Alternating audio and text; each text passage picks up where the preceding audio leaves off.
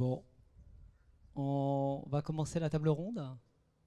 Donc, la thématique, c'est la DSI à l'écoute de ses clients. Et donc, je vais laisser Jean-Claude, Gilles se présenter. Donc, Rémi, co-sponsor de l'événement, donc ça sera plus simple. Peut-être je te laisse te présenter, Gilles. Donc moi je suis Gilles Lévesque, je suis le DSI du groupe ADP. Donc ADP ça veut dire Aéroport de Paris. Donc que vous connaissez certainement par le biais de nos plateformes parisiennes Orly, Le Bourget et Roissy. Mais le groupe gère une petite trentaine d'aéroports dans le monde et a pour vocation d'être un leader mondial dans la construction, la conception et l'opération d'aéroports. Jean-Claude Laroche, je suis le DSI de Enedis, donc ex-RDF, le distributeur d'électricité. Voilà, et vous entendez aussi sans doute pas mal parler de nous à l'heure actuelle en lien avec le déploiement du compteur Linky. On aura l'occasion peut-être d'en parler dans la table ronde. On va peut-être commencer par une question un peu générale, mais qui concerne un peu le champ de compétences d'une DSI. Commençons par toi, Jean-Claude. Quel est le rôle, selon toi, d'une DSI aujourd'hui et tout particulièrement demain? Bon, sans généraliser, je vais parler déjà pour Enedis. Moi, je considère que le rôle du DSI, c'est d'accompagner et y compris de porter, dans un certain nombre de cas, la stratégie de transformation de l'entreprise, qui est en train de se transformer d'un distributeur d'électricité, c'est-à-dire finalement les personnes que vous voyez dans la rue ou sur les routes au moment des tempêtes ou dans la rue pour aller enfouir des lignes, passer de cette activité-là qui perdure évidemment à une activité d'opérateur de données de confiance, puisque de plus en plus nos systèmes sont des systèmes dits intelligents qui transitent un nombre considérable de données, et ces données ouvrent un certain nombre de services. Alors, pour nous, tout le sujet, en tant que service public, c'est d'être un opérateur de données de confiance. Et le rôle de la DSI, c'est d'accompagner cette transformation. Gilles. Bon, moi, pour compléter, j'adhère à ce qu'a dit Jean-Claude, bien évidemment. Pour compléter, moi, je dirais peut-être que le DSI, c'est un dirigeant en part entière de l'entreprise. Hein, pendant des années, ça a été une fonction qui était vue plutôt comme une fonction de support. C'est devenu le dirigeant en part entière de l'entreprise. Donc, il a sa place au COMEX, à la direction générale, comme ses collègues. Il a les mêmes droits et les mêmes devoirs que de ses collègues. Il a des équipes à gérer, à animer et un métier à apporter, des résultats à apporter à l'entreprise. Et puis, il a une particularité, c'est que le DSI, il a une vue transverse sur l'entreprise. Donc, il a une compétence en tant que praticien du numérique et une vue transverse sur l'entreprise. Donc, il a forcément un travail de coordination, d'explication, de vision à faire pour permettre à ses collègues dirigeants de définir des priorités, des enjeux et de les traduire dans des actions. La deuxième partie de la question, c'était l'évolution. Je pense qu'on a passé pas mal de temps à être, ces dernières années, traditionnellement, on était plutôt des techniciens. On a passé pas mal de temps ces dernières années à faire de la pédagogie du marketing pour expliquer un peu finalement c'est quoi ce truc, le système d'information, les infrastructures. Et maintenant, moi, ce que je vois arriver, c'est qu'avec la transformation numérique, les dirigeants sont de plus en plus matures par rapport à ce sujet-là. Donc on est vraiment dans un rôle maintenant de conseiller, d'accompagnement et d'aide à la stratégie et à la vision. Parce que la transformation numérique ou la cybersécurité, on aura peut-être l'occasion d'en reparler, ont forcé le gain de maturité des COMEX et des directions générales. Rémi, comment ça se décline? Mais bien sûr, je vais faire écho à ce qu'ont dit mes collègues. Effectivement, on sort d'une période où on était très opérateur du système d'information. Et on voit qu'avec les transformations numériques, les enjeux sont beaucoup au niveau des manières de procéder, des processus. Et dans la dimension numérique, digitale, en fait, qui est une extension du système d'information, moi je la caractérise par trois faits. C'est la donnée, c'est les nouvelles technologies et c'est surtout les nouvelles postures qui nous obligent, nous, DSI, effectivement, à avoir ce rôle de gestionnaire de la donnée au service des métiers et valoriser l'entreprise, ce que disait Jean-Claude. Il y a également donc la capacité d'innover dans les technologies avec des possibilités et surtout que ces technologies digitales sont accessibles par tous. C'est ça qui crée une relation très, très nouvelle. La mobilité n'est pas l'apanage de la technique, c'est de tous les jours et je pense que les technologies n'auront de sens que si elles rencontrent les métiers derrière. Et le troisième changement, c'est notre posture, plus d'agilité, plus de co-construction. Et donc la notion de business partner dont on parle depuis longtemps prend une dimension encore plus forte, à la fois au niveau des utilisateurs et au niveau de la direction générale, parce qu'effectivement, en plus, on a la spécificité d'être dans le B2B, c'est-à-dire d'avoir des processus industriels, des gens qui veulent des objectifs de productivité, de qualité de service, de co-construction. Et là aussi, on joue un peu le rôle de pousser les gens dans la piscine en essayant par l'innovation et par la transformation digitale d'aller au-delà pour plus de qualité et plus de stratégie forte. Merci. Je vous propose qu'on passe sur... finalement, on est ici avec des clients, donc on parle finalement de vos clients. Gilles, peut-être, est-ce que tu peux nous dire finalement qui sont tes clients et quels sont les enjeux, quelle est ta stratégie vis-à-vis d'eux? Alors la question du client, c'est toujours une question qui amène débat, parce qu'il y a forcément plusieurs définitions entre le client qui paye et le client qui utilise. Donc nous, dans les aéroports, on est dans un modèle comme je pense Jean-Claude ou Rémi, enfin comme vos entreprises, dans un modèle B2B2C. Donc effectivement, le B est quand même celui qui, à la fin, est le plus prégnant dans notre chiffre d'affaires et notre revenu. Mais le C est celui qui finalement décide. Donc notre stratégie, c'est de comprendre le client final. Alors le client final, pour nous, c'est le passager. Le passager qui...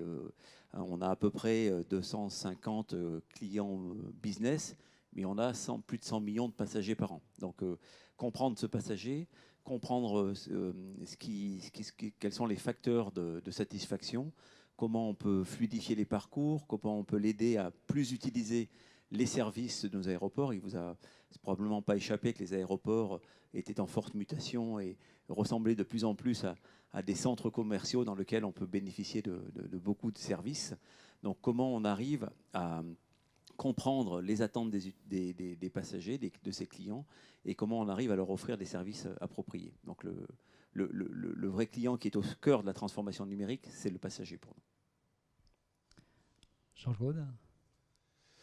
Les clients d'un service public, finalement, comme Enedis, sont à la fois des clients particuliers, mais c'est aussi des clients, j'allais dire, plus institutionnels ou des entreprises. Alors, on a d'abord comme client le client final, c'est-à-dire celui chez qui on achemine l'électricité. On a une petite quarantaine de millions de clients. Pour les clients particuliers, ça a une caractéristique quand même, cette affaire-là, c'est qu'on a un bout du réseau public de distribution qui rentre chez les personnes. Donc, pour pouvoir intervenir jusqu'au bout du réseau public de distribution, on est amené à rentrer chez les personnes. Donc c'est une relation assez particulière au client final, qui est une relation complexe. Et évidemment, le client final, il a des attentes qu'on doit satisfaire. Mais il a aussi surtout, et parfois surtout, des craintes qu'on doit essayer on doit essayer de donner le maximum d'informations pour faire en sorte que ces craintes puissent être, j'allais dire, gérées et convenablement. Alors ça, c'est le client particulier, mais aussi on a des clients plus institutionnels, parce que Enedis, c'est un service public concédé, enfin c'est un concessionnaire, qui a un nombre assez considérable d'autorités concédantes sur le territoire, qui sont des collectivités territoriales, des métropoles, etc. Donc nous avons, avec ces autorités concédantes, des contrats de concession dans lesquels nous offrons un certain nombre de services d'accompagnement au développement économique de ces territoires, mais aussi à leur transition énergétique. Donc bien évidemment pour nous, ces autorités concédantes, ce sont des clients. Et puis on a, pour finir comme clients, tous les acteurs de marché, parce qu'aujourd'hui le marché de l'électricité étant ouvert, tous les grands acteurs que sont Engie, EDF, Direct Énergie, etc. ont besoin de pouvoir accéder au client final pour leur faire des offres différenciées et faire en sorte de faire jouer le jeu de la concurrence. Et tout ça passe par les systèmes d'information d'Enedis, qui organise finalement cette plateforme de marché, qui doit le faire de manière totalement ouverte, non discriminatoire, et qui doit offrir aux acteurs de marché les moyens qui leur permettent d'exercer pleinement leur activité. Voilà, donc on a un certain nombre de clients dans toutes ces dimensions-là, et notre rôle à nous, c'est en tant que service public, c'est de faire en sorte que tout ça puisse se faire de bonne manière et soit financé par le tarif d'utilisation des réseaux publics d'électricité qui lui-même est fixé par un régulateur. Tu as évoqué justement l'ouverture des SI. Est-ce que, enfin, j'imagine que pour Aéroport de Paris, c'est la même problématique. Qu'est-ce que ça veut dire en termes d'ouverture où est-ce que vous en êtes finalement? De toute façon, je pense que dans le monde actuel, il y a très peu d'entreprises qui peuvent opérer sans avoir un système d'information ouvert et collaboratif avec à la fois ses clients, mais aussi ses fournisseurs et ses partenaires. Donc on n'échappe pas à la règle. Un des grands principes de la gestion d'un aéroport, c'est la collaboration, parce qu'en fait, ADP est une petite société sur les plateformes parisiennes, on doit être 8000, mais il y a plus de 100 000 personnes qui travaillent tous les jours sur les plateformes. Et notre métier, c'est de coordonner le travail de ces 100 000 personnes pour s'assurer qu'à un instant T, quand un avion doit atterrir ou débarquer, tout est en ordre. Donc la capacité à collaborer est très importante, et est une culture, j'allais dire, déjà assez ancienne dans les aéroports, mais qui s'est développée et qui se développe grâce aux nouvelles technologies, grâce à la capacité à partager les données. Après, la difficulté, si on parle des données clients, il y a beaucoup de discussions actuellement sur finalement la question que tu as posée au début. Qui est le client, à qui il appartient, quelles sont les valeurs de ces données, avec qui je peux les partager. C'est des discussions sur lesquelles nous n'avons pas encore totalement tranché, et sur lesquelles, avec cette fois nos partenaires business, avec notamment les compagnies aériennes, on travaille beaucoup, parce qu'il y a à la fois un intérêt commun pour fluidifier le parcours, de reconnaître les passagers dès l'entrée sur les plateformes, et d'être capable de pouvoir mener des actions, et puis une volonté de se dire le client a de la valeur, mais chacun voulant récupérer la donnée client a une valeur, et chacun voulant récupérer cette valeur. Donc on a encore du travail à faire sur ce sujet-là. Justement, c'est une question qu'on peut se poser, c'est justement ces nouvelles réglementations autour finalement de la protection des données. Pour Enedis, peut-être que tu peux nous éclairer finalement qu'est-ce que ça impose ou comment ça complexifie finalement cette relation avec nos clients. La réglementation autour des données, pour nous, côté Enedis, c'est plutôt une aide. Dans la mesure où, si je reprends l'exemple du compteur Linky, qui défraie la chronique, une des grandes inquiétudes qu'ont les personnes chez qui on va installer un compteur Linky, c'est de dire, bon, je vais avoir un espion chez moi, il va regarder tous mes éléments de consommation, qu'est-ce qu'on va faire de ces données, de mes données ?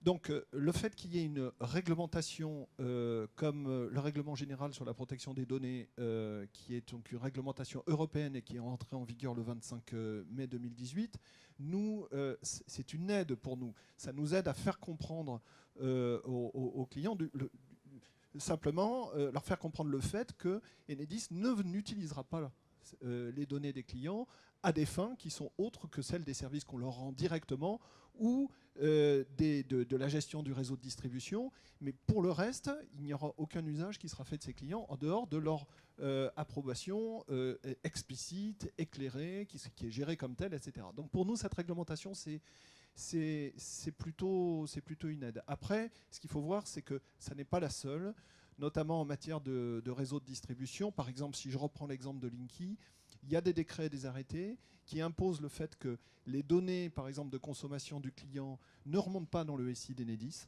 ce que les gens ne savent pas, restent dans le compteur pendant 5 mois. Si elles doivent remonter dans le SI d'Enedis, c'est uniquement pour offrir des services au client lui-même, et c'est à sa demande explicite. Et tout ça est, tout ça est indiqué clairement dans des décrets, dans des arrêtés auxquels on est obligé de se conformer. Si on parle justement de données, peut-être cette fois-ci pour SNCF Réseau, est-ce que quelle est l'évolution finalement de la question de la cybersécurité? Qu'est-ce que ça induit finalement sur l'échange de données avec nos clients? Peut-être pour Rémi alors. Oui, alors déjà préciser une chose. Hein, je l'ai dit dans mon introduction ce matin, on est dans un paradoxe à la fois d'ouverture et de protection. À titre d'exemple, l'ouverture, SNCF Réseau est en pointe sur l'open data, puisque comme vous le savez, comme toute entreprise publique, et on a encore publié récemment des nouveaux jeux de données pour ouvrir, faire profiter des informations l'ensemble des parties prenantes.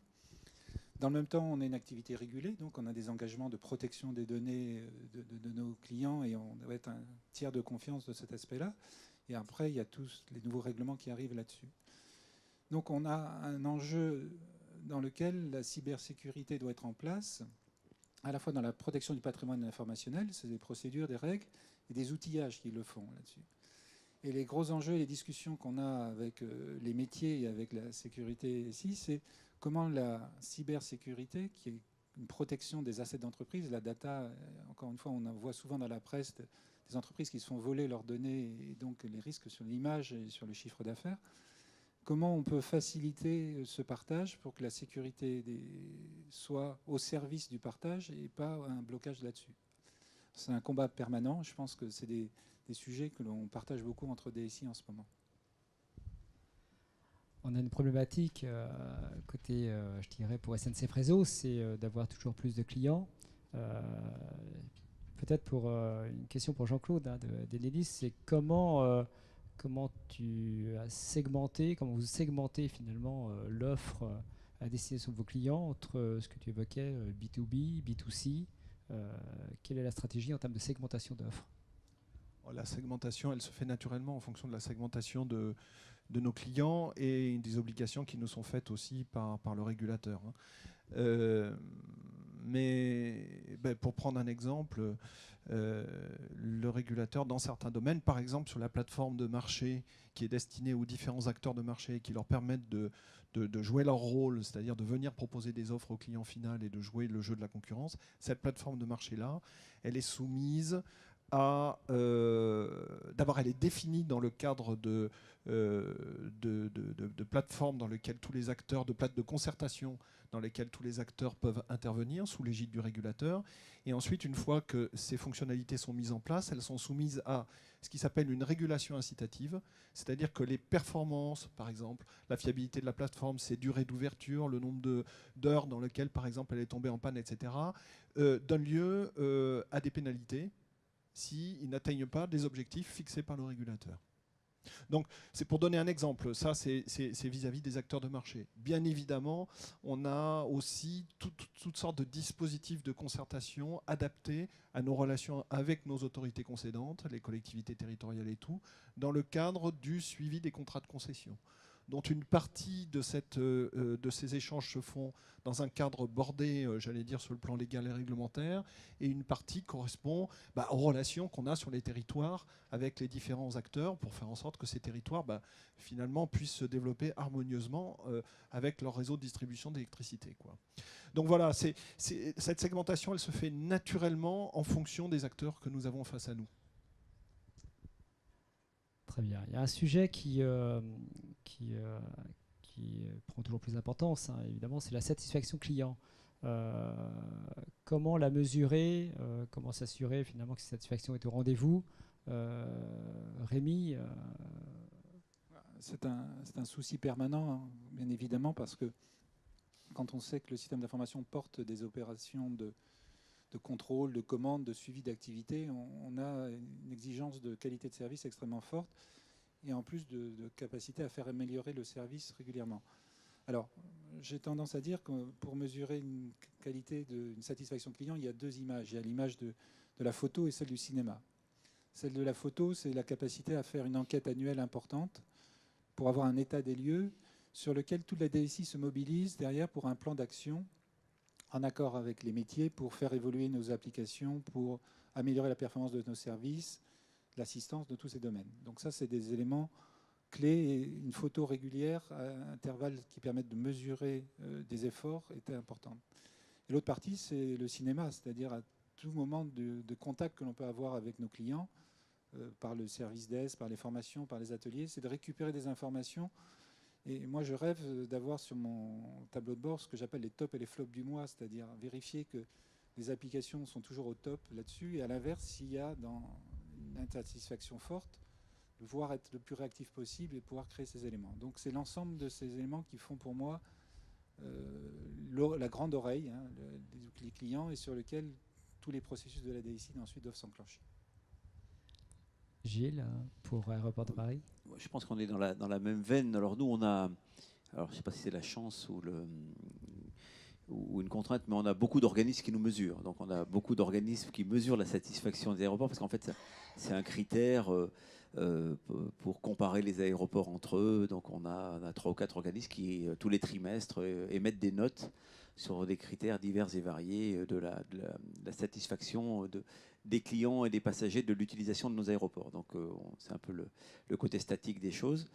Et puis on a aussi ce côté dynamique. Donc on a développé au travers de notre application, on a une application comme tout le monde, dans notre apps mobile, dans lequel on essaie de récupérer beaucoup d'informations sur la relation quotidienne et instantanée des passagers. Et puis on a beaucoup le fil Twitter. Donc on suit notre fil Twitter avec en permanence 24 heures sur 24. Et il y a une remontée immédiate sur le bureau de notre président, qui a son fil Twitter sur un écran dans son bureau, avec des indices de satisfaction ou d'insatisfaction immédiate, alors qui peuvent être vraiment sur des sujets divers et variés. Ça va de les taxis, l'attente à la douane, le papier dans les toilettes, c'est un standard. On a beaucoup mais c'est des points de mesure assez immédiats. Je parlais des blocs sanitaires. Sur les blocs sanitaires, on a mis effectivement des points de mesure et toutes les semaines, on a des statistiques de satisfaction, parce que le bloc sanitaire est un sujet de satisfaction du parcours passager chez nous, et on a des remontées, des notes sur cette activité ou ce sujet. Donc, voilà. Jean-Claude, pour Enedis. Pour Enedis, déjà, avec les collectivités territoriales, les contacts sont permanents, donc on connaît exactement leur niveau d'appréciation des services qu'on est susceptible de leur apporter. Pour les acteurs de marché, les instances de concertation sont là pour ça, et elles sont aussi permanentes. Puis par ailleurs, on a une mesure de la qualité des services qu'on leur apporte, qui elle-même est soumise à la régulation incitative du régulateur. Pour le client particulier ou pour le client final, alors le client final, quand ce sont des grandes entreprises, etc., souvent ils participent aux instances de concertation. Quand c'est le client particulier, on a la chance d'avoir un sondage permanent par les organes de presse sur Linky. Mais plus sérieusement, chez ceux chez qui on a installé le compteur. On sait très exactement quelle est la qualité de service qu'il leur est apporté, et on a des retours. Bon, sur ceux chez qui le compteur est installé, les choses se passent vraiment très très bien. C'est plutôt chez ceux chez qui il n'est pas encore installé que les choses se passent moins bien. Mais c'est un point vraiment pour nous très important de voir si ce qu'on a... Alors on déploie, pour vous donner une idée, on déploie 30 000 compteurs communicants par jour. 30 000 par jour. Ce qui est un effet de sur le système d'information qui sont absolument gigantesques à tout point de vue, sur les points de vue des infrastructures, de la qualité des systèmes d'information eux-mêmes, c'est-à-dire des codes, sur leur capacité à monter en puissance, sur le nombre de données qu'il faut traiter, etc. C'est un effet absolument fou. Donc pour nous, c'est très important de vérifier que ce qu'on a installé fonctionne bien comme on avait dit qu'il fonctionnerait et apporte le niveau de service voulu. Et donc ça, on le mesure évidemment en permanence. Alors peut-être une autre question, j'en profite. En termes de B2B, donc avec tes partenaires, comment mesures-tu la satisfaction? Parce que là, on est une logique un peu différente du B2C. Oui, alors, mais c'est ce que je disais avec le B2B, par exemple. En fait, le nombre de... Si je reprends les acteurs de marché, EDF, Direct Énergie et tout, à qui on doit offrir le service de plateforme de marché, on a chez eux 20 000 utilisateurs directs de nos systèmes d'information. 20 000. Ces services qu'on leur apporte, qui leur donnent la possibilité de proposer des grilles tarifaires différentes aux clients, des offres différentes aux clients, de basculer tel jour de tel fournisseur à tel autre, de faire en sorte que ce client-là rentre bien dans leur périmètre d'équilibre. Tout ça, c'est nous qui les gérons. On mesure très précisément la qualité de service qu'il leur est apporté. Et cette qualité de service fait l'objet d'indicateurs qui eux-mêmes sont remontés aux régulateurs qui Si ça ne se rentre pas dans un niveau minimum de service qui est attendu du régulateur après concertation avec ses acteurs, nous pénalise financièrement. Voilà. Très bien, ça me rappelle quelque chose. Très bien. Peut-être une dernière question, mais pas la moindre. Quelle est, selon vous, la principale ou l'innovation la plus marquante vis-à-vis de vos clients? Alors, peut-être commencer par Gilles, puis ensuite Rémi et Jean-Claude. Alors, bon, je pense que comme on a tous beaucoup de choses dans ce secteur-là à montrer. En fait, moi, je voulais prendre un exemple parce qu'on parle beaucoup du client et c'est vraiment le sujet central de la transformation numérique. Mais la transformation numérique, elle a pour moi deux autres piliers. On a parlé aussi un peu de cyber-résilience, et puis elle a les autres parties prenantes. Parce on considère chez ADP qu'il n'y aura pas de transformation numérique réussie si on n'inclut pas les collaborateurs, les partenaires. Donc l'exemple que je vais prendre, il est plutôt tourné collaborateur au service du client. Donc on a récemment en fait lancé un outil et une organisation qu'on appelle Bienvenue à Paris, où on a pris 800 personnes qui étaient plutôt en back-office, qu'on met sur le terrain, qu'on met au contact des passagers. Alors ils sont passés d'un endroit où ils étaient assis avec un PC, donc un endroit où ils ont une tablette un peu plus durcie, mais de ce type-là, et dans lequel ils ont pour mission à la fois d'être en contact avec les passagers, puisqu'on a la croyance que la satisfaction du passager ne passe pas que par le numérique, mais que l'humain a un rôle important à jouer. Et ils ont aussi une responsabilité de zone, c'est-à-dire qu'ils sont responsables d'une zone. Alors on a découpé nos aéroports en une trentaine de zones. Et dans cette zone, ils ont à la fois la responsabilité de la satisfaction client, de la propreté, de s'assurer que l'ascenseur, le tapis roulant marche, s'assurer qu'il n'y ait pas trop de monde à la sécurité, s'assurer qu'il n'y ait pas trop de monde au loin. Donc ils ont vraiment une responsabilité globale de la zone sur le terrain, au milieu des passagers. Donc ils vivent la vie du passager sur des séquences de 2 heures, 2 heures et demie, parce que c'est assez long, puis après ils tournent. Donc on a, j'allais dire, au service du client, mis sur le terrain un certain nombre de nos agents qui a été plutôt en back-office grâce aux outils numériques. Rémi? Alors, quand tu m'as posé la question, j'ai regardé ce qu'on avait dans le magasin, si je puis dire. Alors, effectivement, on est une boîte d'ingénieurs, quoi. Donc, beaucoup d'innovations sont technologiques et vous les verrez tout à l'heure sur le stand des innovations, donc plutôt pour les métiers de la maintenance et l'ingénierie. Mais si je regarde, en fait, l'innovation permanente qu'on veut lancer, c'est ce que je disais au niveau de la data. Je peux prendre 2 exemples. L'exemple avec nos cousins de mobilité, on a monté l'Observatoire de la régularité, qui est en fait une capacité à créer, à travers du partage de données, un dialogue avec nos clients B2B qu'on veut déployer nationalement. Et l'autre exemple, c'est ce qu'on est en train de créer aussi avec les régions. Et je donne rendez-vous au mois de novembre sur le prochain Dataton qu'on organise, parce que là aussi, c'est une manière d'innovation, c'est de travailler en co-design, partager nos données pour trouver des solutions innovantes pour les valoriser dans l'intérêt du système et du réseau. Voilà.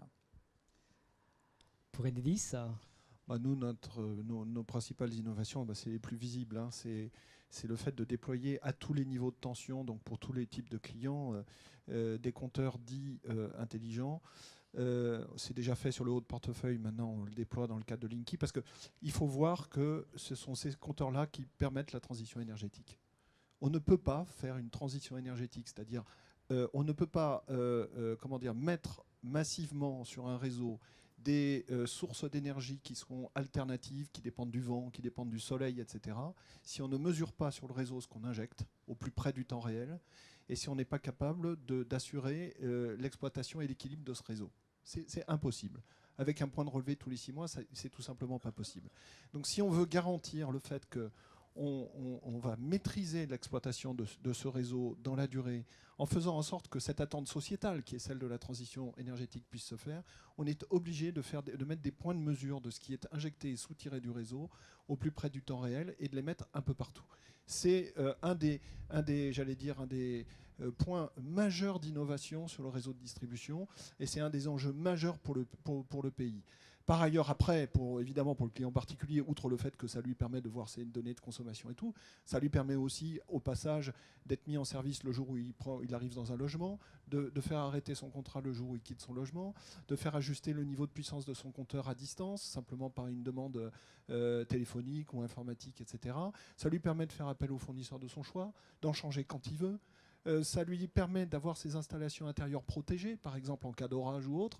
S'il y a une sortie du régime de neutre sur un compteur traditionnel, vous pouvez avoir des appareils chez vous qui sont morts.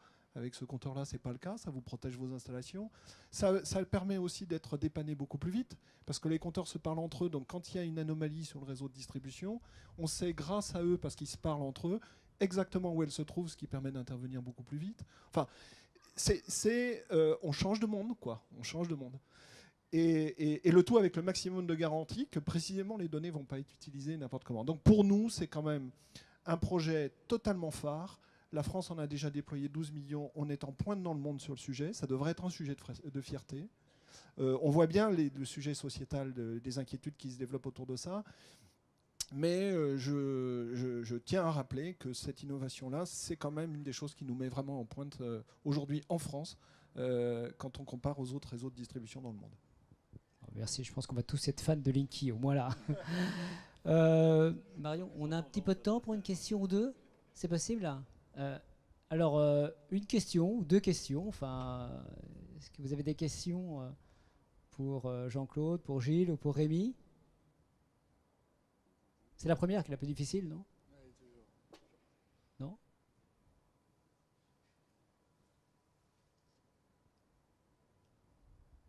Pas de questions? Bon. On s'arrête là? Écoutez, je tiens à vous remercier en tout cas hein, pour votre présence, que c'était quand même très riche, très, on va dire, avec une approche très différente en tout cas sur l'approche client. Donc merci beaucoup, merci Jean-Claude, merci Gilles, merci Rémi. Merci à vous pour pour votre accueil et cette opportunité de partager. Très bien.